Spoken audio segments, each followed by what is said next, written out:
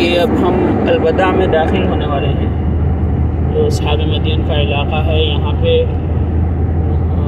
शुएब अलैहिस्सलाम की कौम आबाद थी और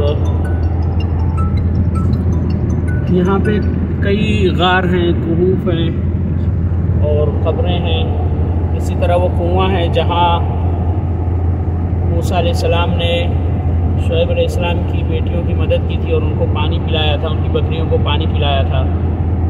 और जो ये इलाका इधर का है जहाँ कल हम गए थे जबल लौस की तरफ,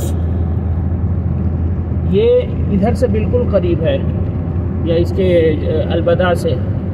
और अभी जब हम आगे जाएंगे जहाँ 12 चश्मे हैं मूसा अलैहिस्सलाम का, जिसके बारे में कहा जाता है मखना, वहाँ भी जाएंगे। और वो भी यहाँ से 30 किलोमीटर दूर है अलबदा से। और इसी तरह तय्यब की तरफ जहाँ फ़िरौन और मूसा अलैहिस्सलाम की जब बनी इसराइल को भाग के लेके मिस्र से भाग रहे थे, तो वहाँ पे जब फ़िरौन का बिल्कुल मुआवजा हो गया तो मूसा अलैहिस्सलाम ने लाठी मारी अल्लाह के हुक्म से, तो रास्ता बन गया समुंदर के अंदर। अभी भी एक रास्ता पत्थरों का ऐसा बना हुआ नज़र आता है, यानी पत्थर के ज़रिए का तकरीबन। हम जाएंगे, कोशिश करेंगे वहाँ करीब से उसकी कुछ फ़ोटो मिल जाए।